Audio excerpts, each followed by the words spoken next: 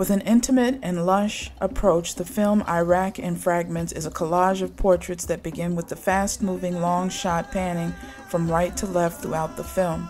James Longley doesn't lean politically to the right or left of any side.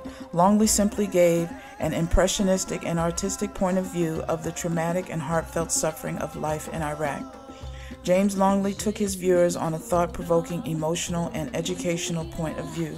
Sectioned into 3 stories, the film starts with, first, a Sunni Arab orphan boy in Baghdad. The second story covered the Shiite army militia, and the third story was about 2 Kurdish families of Khorasan.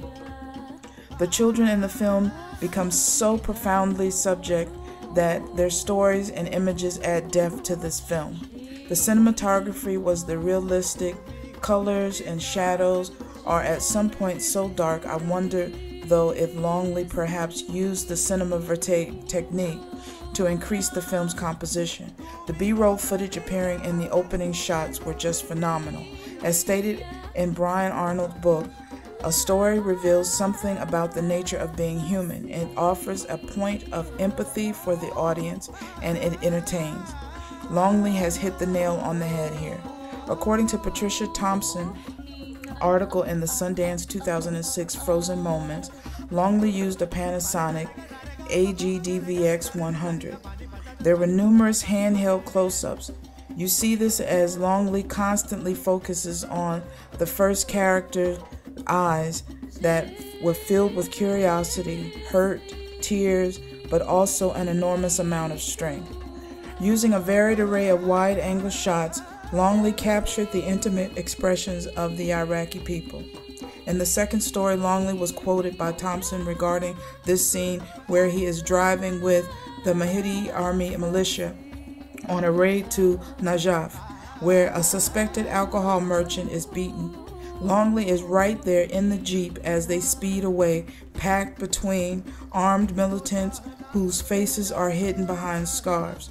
I was lucky, he says. Friends of mine who were doing the same kind of work were kidnapped in exactly the same places by exactly the same people. James Longley captures beats that he poetically uses in composition and arranging lines and shapes on screen, making the emotional impact Brian Arnold discusses.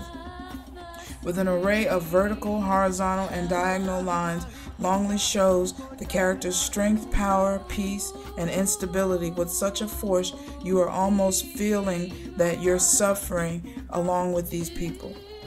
Longley shows his skills in the degree of angles used. The close-up and extreme close-ups reinforce the tension that this way of living has to be. His transitions and editing enhance the lines of engagements, how he follows the exactness of the 100-degree rule, and his camera shots make this not a political film at all, but a cry out for humanity, to become human, to realize that underneath all the politics, reality still exists.